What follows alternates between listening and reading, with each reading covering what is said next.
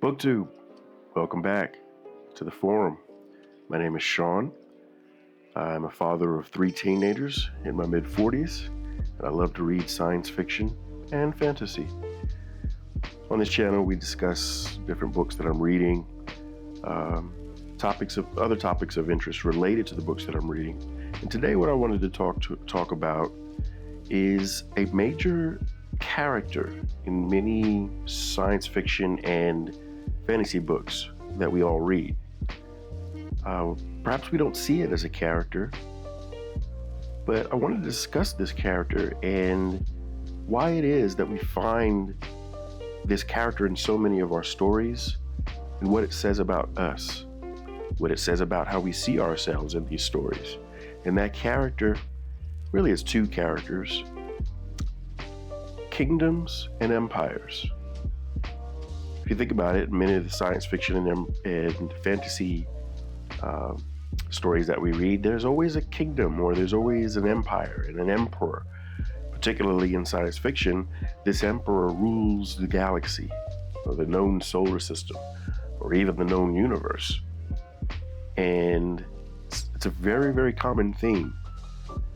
In a book that I'm currently reading called Empire of Silence by Christopher Rocchio, I believe that's how you pronounce his last name.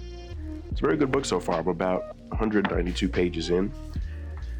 And this discussion may contain some, not necessarily spoilers, but some elements of the story that if you have not read this book, you may want to cut away at this time, because I will be discussing some characters and some moments in the story. So if you don't wish to hear anything about the story at all, feel free to watch another review. And this is not really a review of the book, but I just did want to warn you in case you feel like these would be spoilers. I don't think what I'm going to discuss here is going to lead to any spoilers, but at any rate, I want to read a quick passage from the book that got me thinking about this. And in this passage, the main character, Hadrian Marlowe, he finds himself in a circumstance where being born to a noble family, a family which is very powerful within the empire within the story. His father is not the emperor, but his father is plays a very prominent role within the empire. And he finds himself in a situation where he has been, he's stranded on a planet, doesn't know how he got there. He had other plans, and his life is completely turned upside down, from being in nobility to pretty much being rock bottom. So, without going into too much detail, this is the situation he finds himself in. And in having conversation with someone that he has befriended on this planet, and in the circumstances that he's in, very poor and destitute and doing what he can to survive, he has a discussion with this character named Kat. And part of the discussion is reminiscing on where he's from. Who is he really?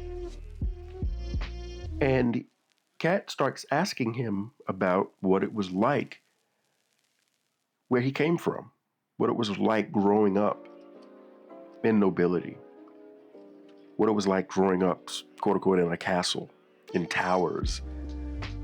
And as he's relating this story to her, he starts to describe some of his memories of his childhood home. And he says this: as I spun stories about the ancient-most days of the empire, I caught the light in her honey-eyed eyes and felt the call of ice in me crack, just a little. I was remembering a night some few weeks before, kissing her beneath a bridge leading up into the White District. She had kissed me. And when the clouds were right, I said, you could feel them like a roof just over your head and see the sunlight playing on the gray sea. You want to go back? What? I froze. I pulled my hand away and looked down at the sandwich in my lap. Then, the fraying front of my shirt where my ring hung. God, no, God. But you make it sound so beautiful. I couldn't remember when I'd clenched my fists, but it took an effort of will to unclench them. It was, but this scene is pretty interesting to me because, like I said, he's reminiscing on his life, having grown up in nobility, having grown up in a powerful family, surrounded by all the things that nobility is surrounded by: servants, living in castles, being well fed, the finest of all things. And now he finds himself in these circumstances, and he's almost reminiscing about it. And that's why Kat says to him, "You want to go back, don't you?" And there's a part of him that rebels against that. Like, no, I'm never going back. I don't want that life anymore. But then you could also sense from his response that he still does want to go home, in a way. And it just got me thinking, why is the idea of empires and kingdoms, why do we like those ideas in our stories? And as people, particularly for me, as a Westerner, as an American, why do we almost feel a sense of awe and reverence for the idea of empire, great empires and great kingdoms?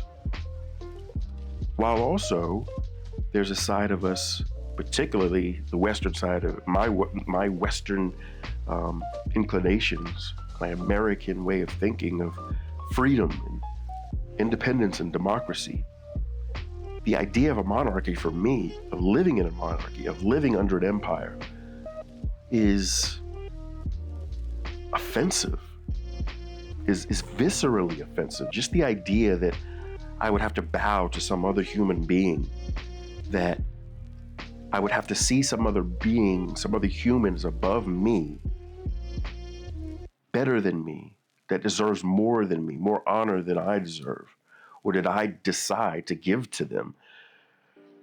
It's just very offensive to me. But yet, in the stories that I read, these ideas of people with great power, great influence, great intellect, and great intelligence, the best of us, this idea is still appealing within our stories.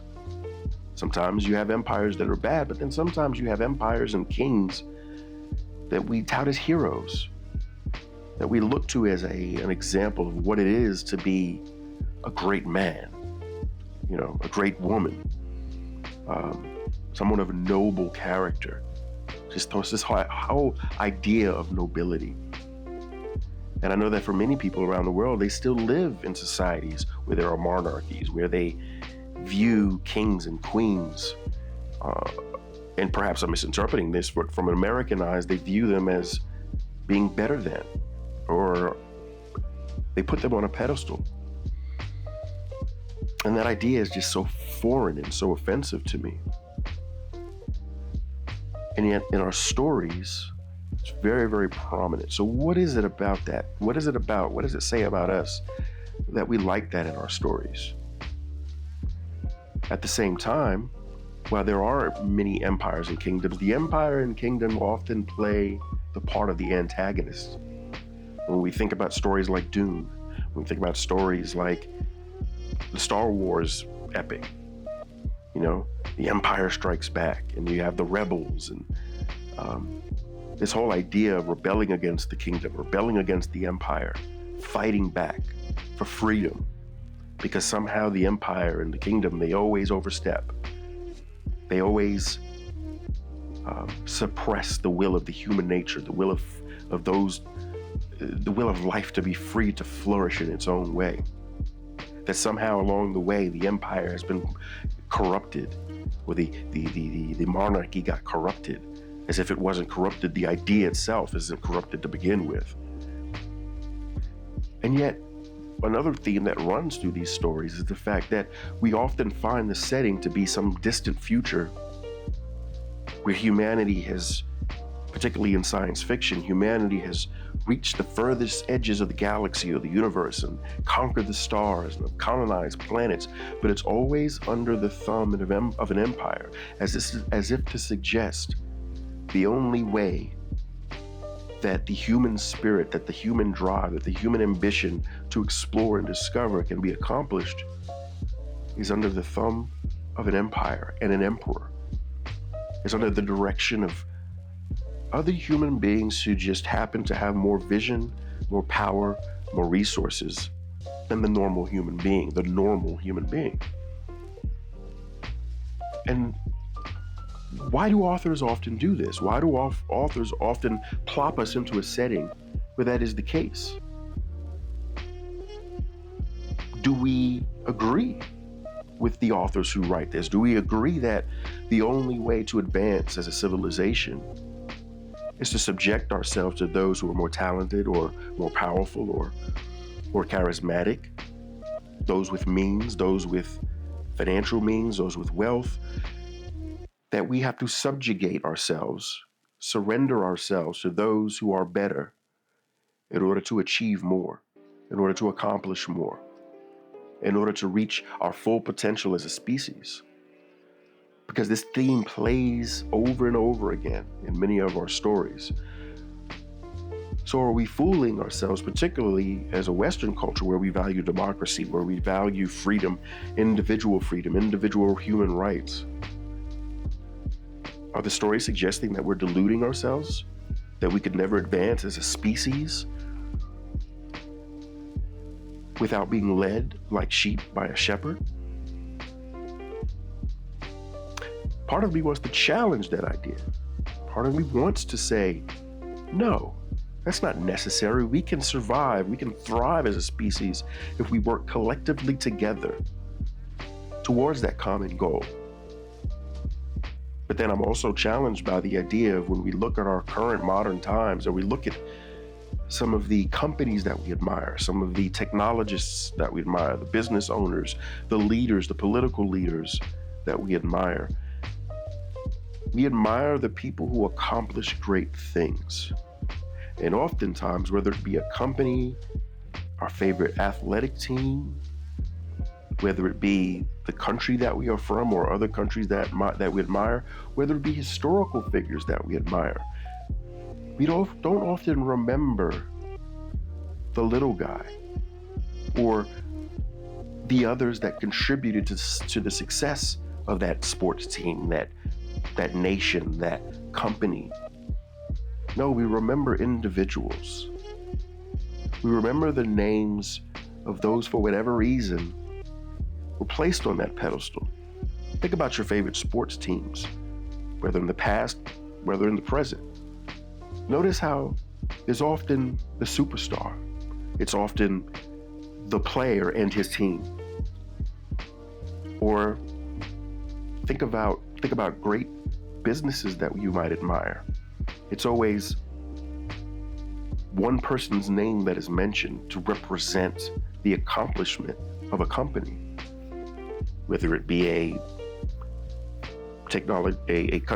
company that creates spaceships and sends them shooting off into space and creates new technologies around that. We often think of the person who heads that company, or whether it be, like I said, your favorite athletic team.